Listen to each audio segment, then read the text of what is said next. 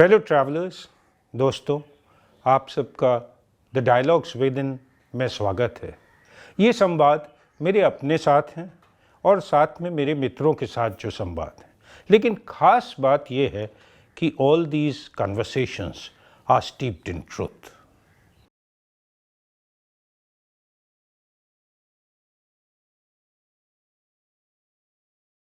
Fellow travellers, दोस्तों, आज हम पुनः मानसिक स्वास्थ्य के ऊपर बात करेंगे। ये दूसरी बार हम इस विषय पे बात करेंगे। इससे पहले का एपिसोड अंग्रेज़ी में था, लेकिन बहुत सारे लोगों ने ये आग्रह किया कि हिंदी में भी इस तरह का एक एपिसोड किया जाए।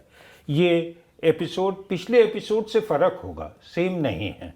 और इस एपिसोड में फोकस है यूथ और स्टूडेंट्स जो कि कॉम्पिटिटिव एग्ज़ाम्स की तैयारी कर रहे हैं या पढ़ रहे हैं, और उसका मानसिक स्वास्थ्य पे आज के माहौल में क्या असर पड़ता है।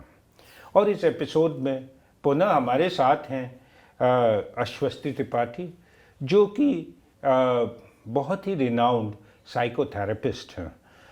इसके अलावा वो अपने सब्जेक्ट के एकेडमिक वर्ल्ड में भी काफ़ी पेपर्स पब्लिश करा चुकी हैं, इंटरनेशनली ट्रैवल्ड हैं, और दिल्ली से एक बड़े खूबसूरत नाम से इनकी क्लिनिक है जहाँ से ये प्रैक्टिस करती हैं। क्लिनिक का नाम है ठहराव।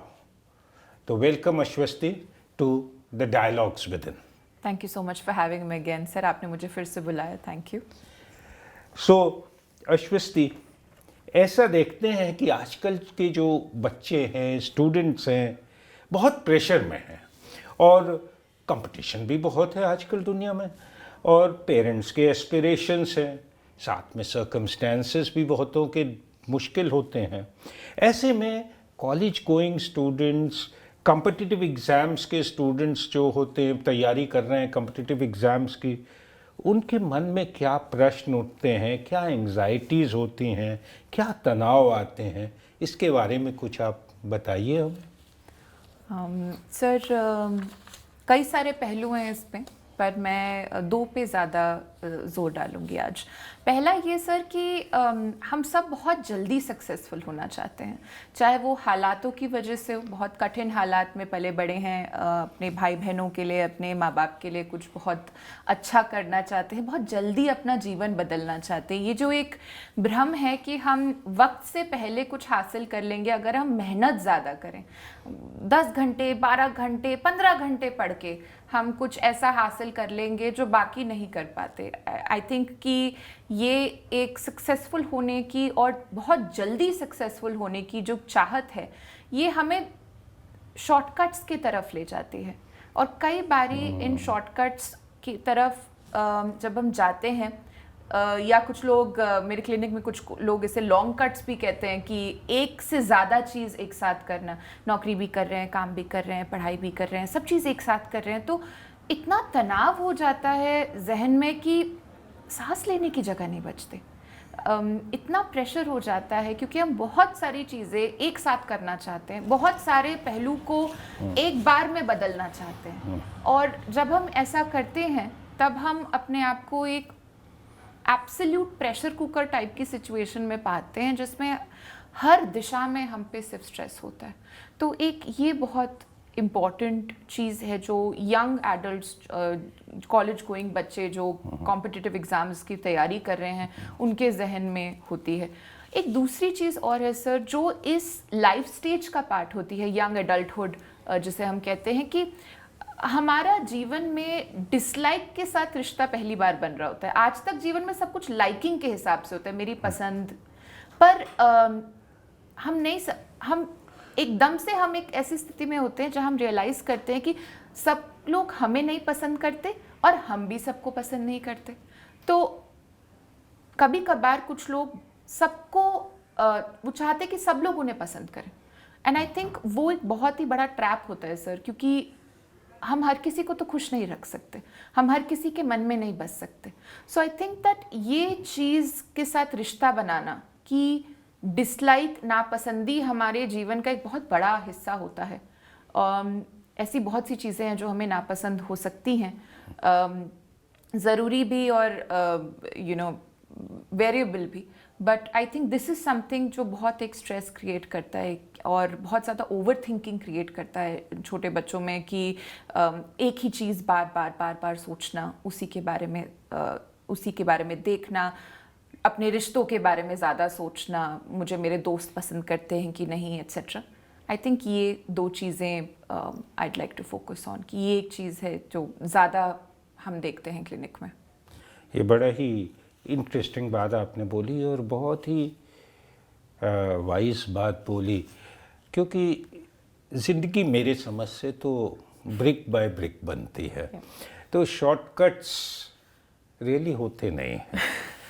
और दूसरी चीज़, इन अडल्टहुड आप पहली बार डिसलाइक्स का भी सामना कर रहे हो, और लाइक और डिसलाइक, लव एंड पेन सब एक ही बाइनरी है। वो अलग अलग चीज़ें नहीं हैं, साथ की है, एक ही, आई थिंक एक ही जो बाइनरी है उसमें ये एग्जिस्ट करती हैं। लेकिन फिर भी फोकस अगर करें तो आजकल बच्चे अपनी नौकरी को लेके, जीवन की अनिश्चितता को लेके काफ़ी परेशान रहते हैं, और ये रियलिटी है। इसे मैनेज कैसे किया जाए? वेल सर, पहले तो ये जो अनिश्चितता है, इसका नेचर, ये क्यों उत्पन्न हो रही है, ये सोचना बहुत ज़रूरी है। एंड मोटा मोटी जो चीज़ क्लिनिक में एटलीस्ट बाहर आती है वो ये है कि हमने जो इमेजिन किया था, जो हमारे मन में हमने सोचा था, वैसा जब हम वास्तविकता में नहीं जीते तो हम उसे अनिश्चितता का नाम दे देते हैं, अनसर्टेनिटी बुलाते हैं सर उसे, पर एक्चुअली वो हमारी इमेजिनेशन और हमारी रियलिटी के बीच का फासला होता है। फ़र्ज़ करिए कि आपने सोचा कि आप एक पर्टिकुलर अमाउंट की नौकरी करेंगे, और जब आप गए तो आपको सब कुछ बहुत अच्छा लगा, पर उन्होंने एक पर्टिकुलर अमाउंट से कम कोट किया, तो आपको तुरंत अपसेट फील होना शुरू हो जाएगा। जबकि रियलिटी आपके लिए, मेरे लिए, हम सबके लिए यही है कि हम सबके जीवन में अनसर्टेनिटीज़ हैं। आज से कल के बारे में हमें कुछ नहीं पता, पर हम इस प्रॉब्लम से तब जूझते हैं जब हमने रियलिटी को बेसिस ना बना के इमेजिनेशन को बेसिस बना रखा है। आपने इस तरह से प्लानिंग की, इस तरह से सोचा, और जब वो नहीं हुआ तो अक्सर हम गुस्सा हो जाते हैं, मुंह फुला लेते हैं, हम सल्क करते हैं, क्योंकि हमारी बहुत सारा एफर्ट गया था उस इमेजिनेशन में, और रियलिटी तो बिल्कुल ही उस पर नहीं चल रही। हम इसे अनिश्चितता कहते हैं, बट एक्चुअली उस मोमेंट में अगर हम अपने गुस्से को या तो थोड़ा जल्दी जी लें या उसे स्किप कर पाएँ, तो हम एक फ्लेक्सिबिलिटी महसूस करेंगे, जिसकी वजह से हम हमारी नई परिस्थितियों में भी एक नई इमेजिनेशन से जीवन चला पाए आगे। सो मेरे हिसाब से जो अनसर्टेनिटी है वो तो सर आपको ज़्यादा पता है इसके बारे में, कि उसको तो कोई तरीका ही नहीं है, उसके ऊपर काबू पाने का तो कोई तरीका नहीं है। बट आई थिंक प्रॉब्लम हमें तब होती है जब हमें लगा था कि ये कोई चीज़ निश्चित है और वो निश्चित की जगह अनिश्चित हो जाती है। So I feel that is at least therapeutic take on it sir. बड़ा इंटरेस्टिंग आपने पैराडाइम बोला, इमेजिनेशन और रियलिटी के बीच का फासला। बहुत खूबसूरत तरीके से बताया, निश्चितता को आपने डिफ़ाइन किया, अनसर्टेनिटी को। लेकिन इंटरेस्ट होते हैं लोगों के, सभी के इंटरेस्ट होते हैं, और आमतौर पे लोग अपनी नौकरी, जॉब चाहते हैं कि उनके इंटरेस्ट के ही हिसाब से नौकरी बन जाए, लेकिन कई बार क्या, most of the time interest नौकरी में नहीं कन्वर्ट हो पाते। जैसे कि सपोज करिए मैं पेंटर बनना चाहता हूँ, पेंटिंग से जीवन यापन करना बहुत ही मुश्किल है, बिरले ही कुछ कर पाएंगे। लेकिन इंटरेस्ट सपोज करिए मेरा, तो एक कॉन्फ्लिक्ट होता है माइंड में। इस कॉन्फ्लिक्ट को कैसे डील किया जाए? The trying to convert interest into a job. Well sir, इसके दो पहलू होते हैं सर। पहला ये कि आप अपने इंटरेस्ट में इतने लीन हैं, आपको इतना कन्विक्शन है कि आप उसी के साथ रहेंगे, तो उसको चुनने के जो कॉन्सिक्वेंसेस होते हैं सर, कि सपोज आपने पेंटिंग का उदाहरण दिया, तो आपको पता है कि पहले कुछ साल 5 साल 10 साल जितने भी साल आपकी पेंटिंग से आपको ज़्यादा आमदनी नहीं मिलेगी, तो आप उसके साथ समझौता करते हैं, आप ये स्वीकारते हैं कि आपकी इस पर्टिकुलर इंटरेस्ट जो आपके लिए बहुत बहुत ज़रूरी है शायद आपको बहुत ज़्यादा पैसे ना दे। एंड अगर आपने इसको जी लिया, इसे सुनिश्चित कर लिया, आपने इसे समझ लिया, तो फिर आप इसके साथ जी पाते हैं। ये कॉन्फ्लिक्ट में कन्वर्ट नहीं होता सर, क्योंकि आपने इसको ऑलरेडी सॉल्व कर लिया है अपने मन के अंदर। But on second thought sir, जब हम एक अलग टाइप का जीवन जीना चाहते हैं, हम बड़ी गाड़ी, एक बड़ा घर, अपने मन के हिसाब से खर्चा करना, हम ऐसे जीवन जीना चाहते हैं जिसमें हमें ज़्यादा पैसे कमाने पड़े और हमारे इंटरेस्ट से शायद वो पैसे नहीं आ सकते, तब हमें एक अलग समझौता करना पड़ता है। तो कॉन्फ्लिक्ट एक नॉट की तरह होती है सर, उसे खोलना तो पड़ेगा, चाहे ऐसे या चाहे वैसे।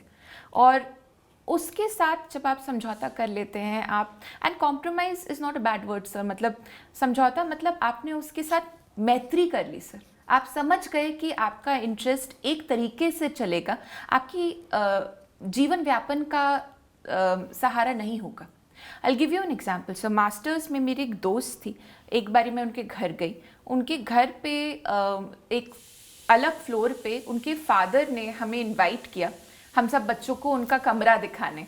और उस कमरे में बहुत बड़ा सा कमरा था और मेज़ दर मेज़ पे रेलवेज़, इंडियन रेलवेज़ के ट्रैक्स, मॉडल्स, सारी ट्रेन्स बहुत खूबसूरती से उन्होंने खुद बनाई थी और उन्होंने सजाई थी। And it was really beautiful sir, मतलब जिस तरह के आपको दिख रहा था कि उनने साल दर साल अपने इस इंटरेस्ट के साथ वक्त गुजारा है।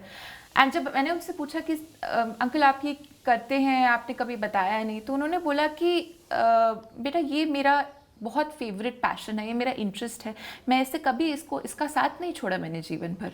मैं गवर्नमेंट सर्वेंट हूँ, मैंने आजीवन काम किया है, अपना घर चलाया है, पर मेरा ये इंटरेस्ट वो चीज़ नहीं, मुझे पैसे नहीं दे सकता था, तो मैंने इसे हमेशा अपने साथ रखा और आज भी मैं इसे अपने साथ रखता हूँ। तो उस दिन मुझे ये आपका ये जो सवाल मेरे लिए उस दिन इसका मुझे हल मिल गया था, इसका मुझे सोल्यूशन मिल गया था। So I am just sharing that with you sir.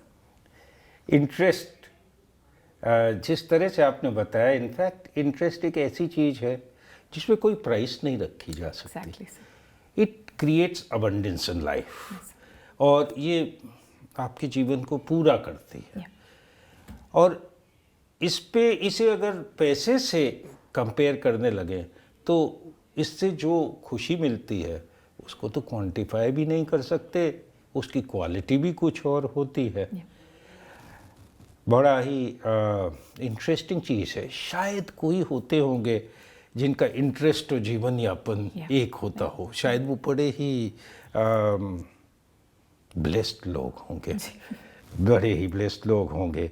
लेकिन क्या है कि तीन चीज़ें होती हैं यूथ की लाइफ में।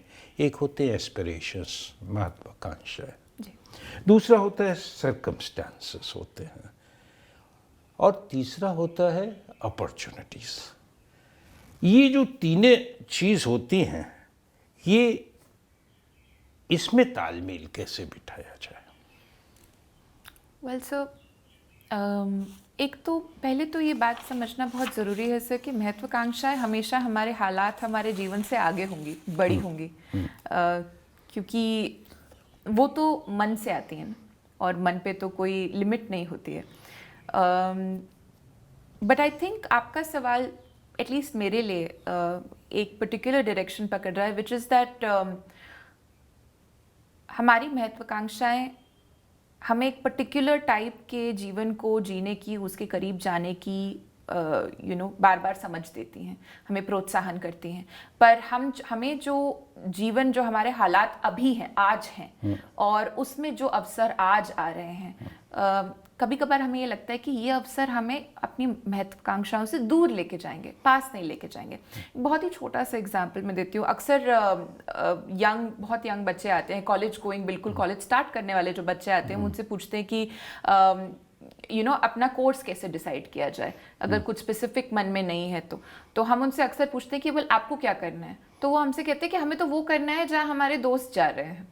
तो महत्वाकांक्षा ये है कि एक particular type of college life जी जाए, जैसे हम मूवीज में देखते हैं, और उसके लिए दोस्त चाहिए, तो जहाँ दोस्त जा रहे हैं वहाँ हम भी जा रहे हैं। और जो हमें कोर्स मिलता है, कई बारी जो कोर्स हम करना चाहते हैं वो उस कॉलेज में नहीं मिलता जिसमें आपके बाकी दोस्त जा बाकी रहे हैं, दोस्त right. So this is a situation जिसमें महत्वाकांक्षाएं एक दिशा पे खींच रही हैं, हालात एक तरह के हैं, और जो अवसर मिल रहा है वो आपको एटलीस्ट एक बारी देखने से तो ऐसा ही लग रहा है कि महत्वाकांक्षाओं से दूर लेके जा रहा है। इस तालमेल, मतलब यहाँ पे तालमेल सिर्फ ऐसे बैठाई जा सकती है कि आप ये याद रखें कि आपकी महत्वाकांक्षाएं आपके जीवन में आ ही जाएंगी। आज अवसर को त्यागने की जरूरत नहीं है, आप लीजिए जो आपके आगे है। आज जो आपसे हो सकता है, आपके हालात में जो पॉसिबल है, जो मुमकिन है, आप प्लीज उसे एक्सेप्ट करिए, उसे स्वीकारिए।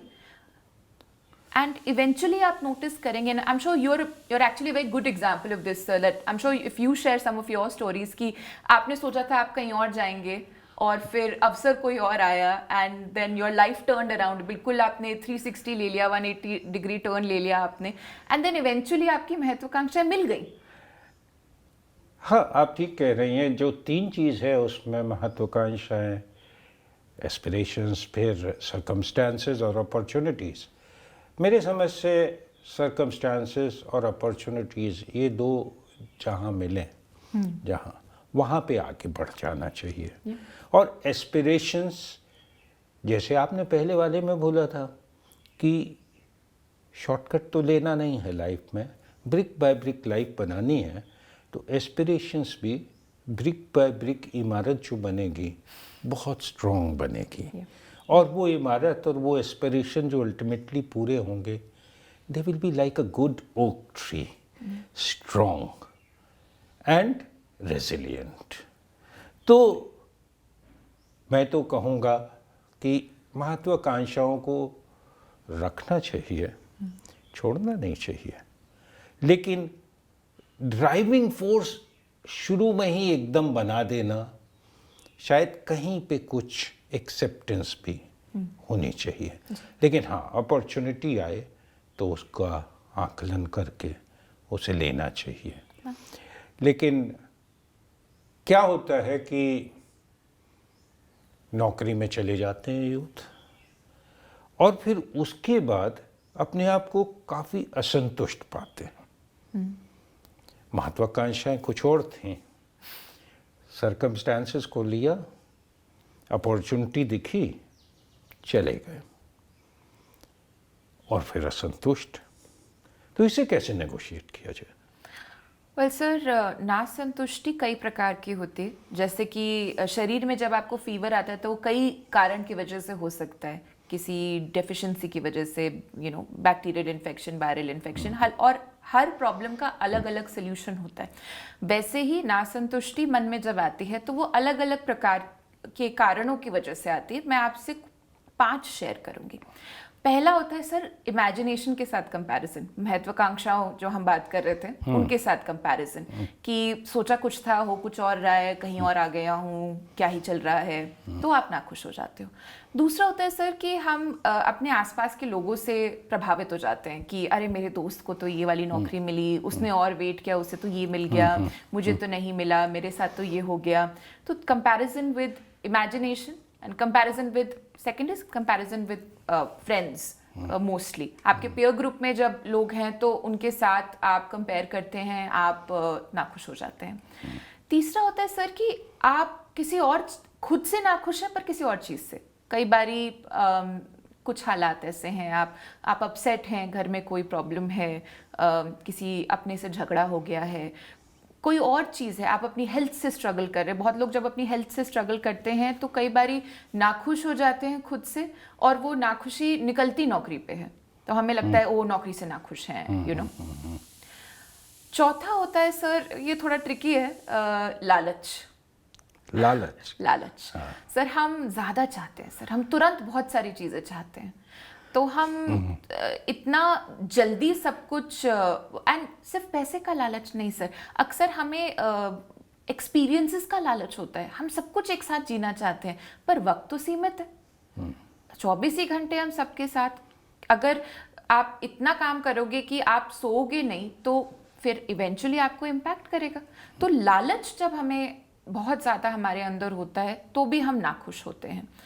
एंड लास्ट होता है एक्चुअल नाखुशी सर, जिसे अंग्रेजी में डिसोसिएशन कहते हैं। मेरी एमफिल की थीसिस इसके ऊपर थी। एक्चुअल नाखुशी सर ऐसी होती है जैसे सर्किट इनकम्प्लीट हो रहा है, बार बार आपकी तार ही नहीं जुड़ रही तो बल्ब नहीं जल रहा, अंदर से एक डिस्कनेक्शन हो जाना।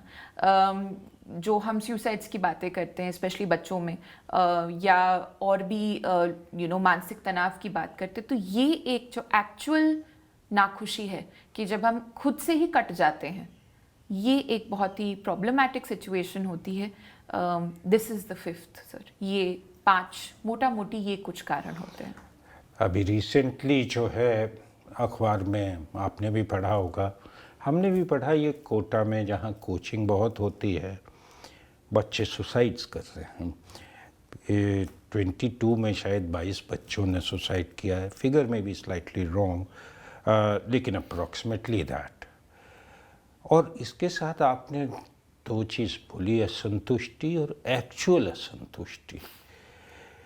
और ये एक्चुअल असंतुष्टि तो बड़ा सीरियस सा वर्ड मुझे लगा, क्योंकि एक अपने आप से असंतुष्ट हो जाए इंसान, तो ये जो क्या ये बच्चे एक्चुअल असंतुष्टि से ग्रसित होके इस स्टेप को लेते हैं, या ये समझ नहीं रहे हैं, सिर्फ असंतुष्ट है और उससे लेते हैं?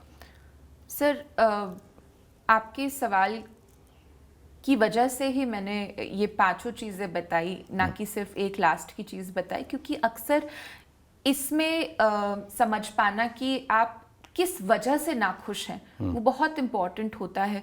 बहुत से सुसाइड्स बच सकते हैं या कम से कम हो सकते हैं अगर हम ये देख पाए कि किस वजह से आप नाखुश हैं, क्या कारण है। और इसमें से कई कारण तो उनका हल है हमारे पास। शायद रास्ता आसान नहीं है हल की तरफ, बट फॉर एग्जाम्पल लालच, हम अपने लालच को पे तो काबू पा सकते हैं। हम समझ सकते हैं कि इतने घंटों में इतनी पढ़ाई हो सकती है, इतनी एक एफर्ट करके इतने ही नंबर आ सकते हैं। अगर हम अपनी लिमिट्स के साथ एक रिश्ता बनाएं तो हम इस एक्चुअल नाखुशी को कंट्रोल कर सकते हैं, ताकि इतने एक्सट्रीम वर्जन पे ना जाए। जब हमें लगे कि हम पूरी तरह कट गए हैं अपने आप से, तो फिर जीवन जीने का कोई मतलब कारण ही समझ नहीं आता। इसमें पेरेंट्स का क्या रोल हो सकता है? Well sir, I think that एक इम्पॉर्टेंट चीज़ जो पेरेंट्स कर सकते हैं वो बच्चों से पूछना कि क्यों ना खुश हैं। जब उम्र का ये एक बहुत खूबसूरत गिफ्ट होता है ना, कि आपको समझ आ जाता है कि जैसी जो चीज़ दिख रही है ज़रूरी नहीं कि वैसी ही हो। देख, अंग्रेजी में कहावत है ना, all that glitters is not gold, but psychology में कहावत है कि all that is upset is not upset. कि अक्सर हम दुखी होते हैं, but you will be surprise sir, इतने सारे दुख के नीचे कई बार गुस्सा होता है। बिल्कुल ही ऑपोजिट इमोशन है। हमें नहीं हमें मतलब एक बारी मैं आपसे कहूँ कि अरे आप दुखी नहीं हैं, आप तो गुस्सा है बहुत, और आप अपने गुस्से को कुछ कर नहीं पा रहे, इसलिए आप दुखी हैं। तो बहुत से लोग, मतलब सुनने में अजीब लगता है but it's quite true. So I think अगर पेरेंट्स बात कर पाए, अगर थोड़ा सा ये याद रखें कि नाखुशी जो दिख रही है, जो ऊपर से जो भावना दिख रही है, वो कहाँ से आ रही है, थोड़ी सी हम क्यूरियोसिटी रखें। हम ये सोचें कि हम जल्दी से गुस्सा ना हो, जल्दी से रिएक्ट ना करें, बस बात कर लें, उससे भी एक बड़ा चेंज आएगा सर। क्योंकि बच्चे को तो नहीं पता ना कि नाखुशी कितने टाइप की होती है।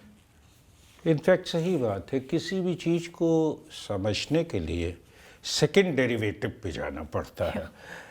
और ये पेरेंट्स के दो मैं समझता हूँ रिस्पॉन्सिबिलिटी होती है। आजकल के बच्चों का जो वर्ल्ड है बड़ा डिफ़िकल्ट वर्ल्ड है, उसमें पेरेंट्स को एफर्ट करके उनके साथ कन्वर्सेशंस करना चाहिए, बच्चों के साथ कन्वर्सेशन नहीं ब्रेक करना चाहिए, और उनके हाव भाव या और उनके उससे जो सेकंड डेरिवेटिव है, कारण है, वो भी जानने की कोशिश करनी चाहिए पूछ के, क्योंकि जहाँ कन्वर्सेशंस बंद होंगे फैमिली में वहाँ पे एकाकीपन आएगा। जी। तो ये असंतुष्टि का कारण जानने की रिस्पॉन्सिबिलिटी पेरेंट्स की भी है, जैसा मैं समझता हूँ। जी। और दूसरी एक और चीज़ है, क्योंकि एक्चुअल असंतुष्टि वर्ड आपसे सुन के मैं थोड़ा सा विचलित सा हो गया, थोड़ा सा सीरियस हो गया, संजीदा हो गया।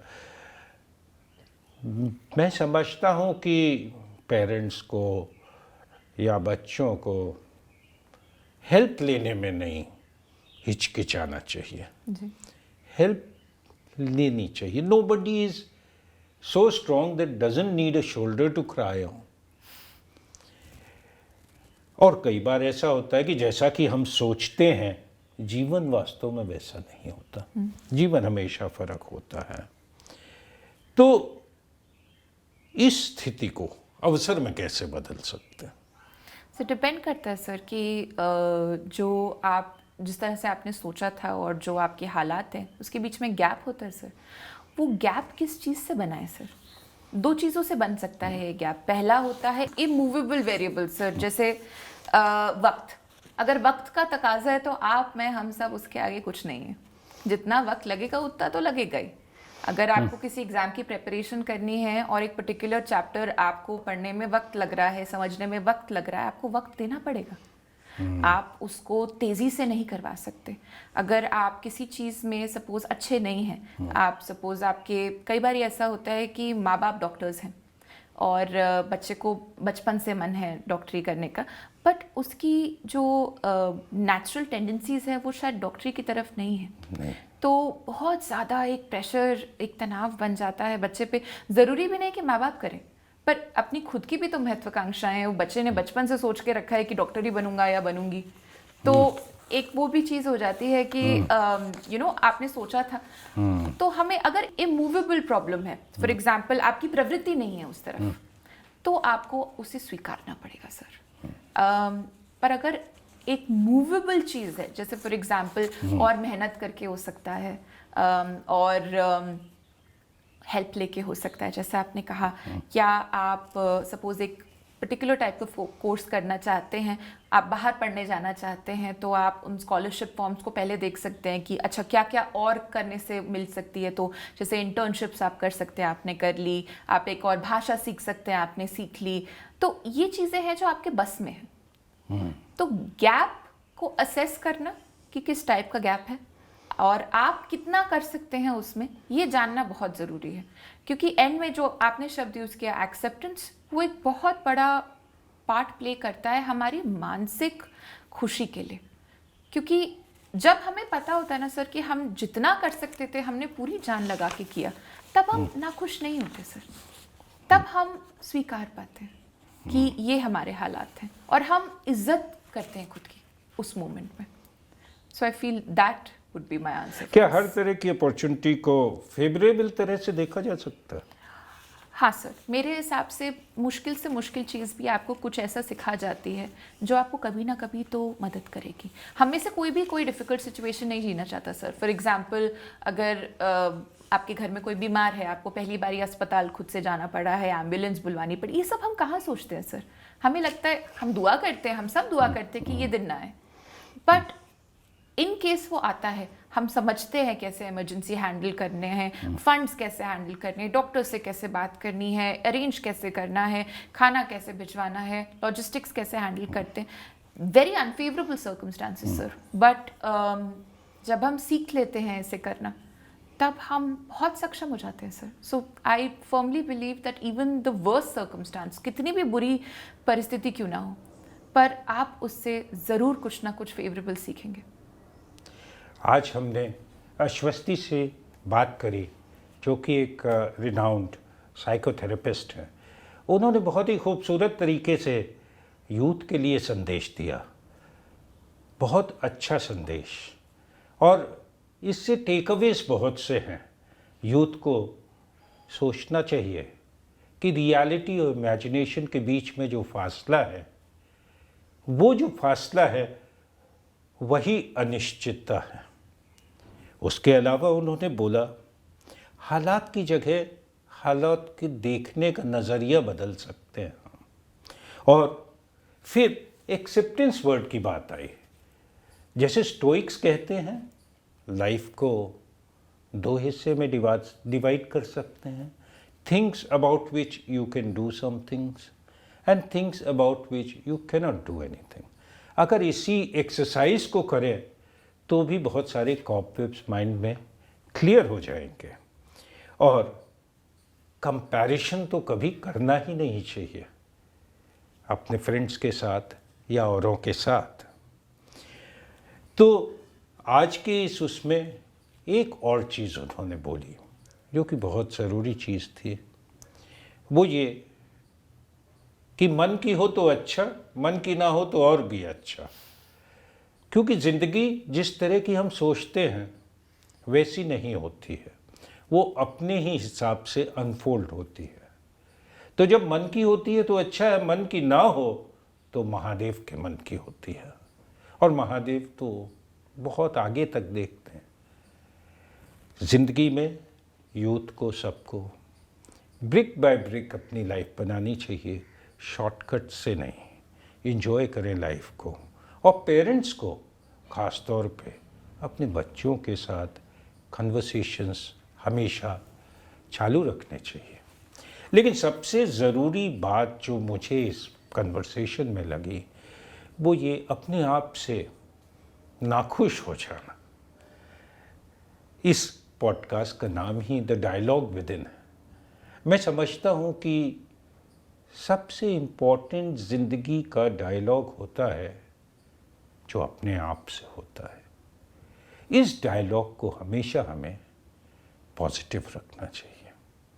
थैंक यू अश्वस्ति, आप इस पॉडकास्ट पे आई और बहुत ही अच्छे तरीके से आपने यूथ को ख़ास तौर से मार्गदर्शन दिया। And I am very sure कि बहुतों को इंस्पिरेशन मिलेगा अपनी लाइफ को एडजस्ट करने में और आगे बढ़ने में आपके इस कन्वर्सेशन से। Thank you. Thank you, sir. Thank you for having me.